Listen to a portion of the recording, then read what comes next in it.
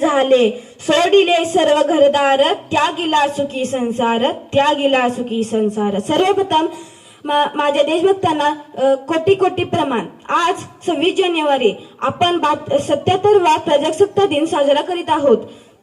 सर्वांना प्रजासत्ताक दिनाच्या हार्दिक हार्दिक शुभेच्छा. आपण आज 26 जानेवारी 1949 रोजी 26 जानेवारी 1950 रोजी भारतात संविधान लागू झाला.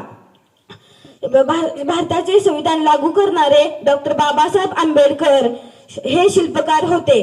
संविधानानंतर आपल्याला मान अधिकार व सन्मान मिळू लागला. आजचा हा दिवस जे आपल्या देशासाठी स्वातंत्र्याच्या देशासाठी लढले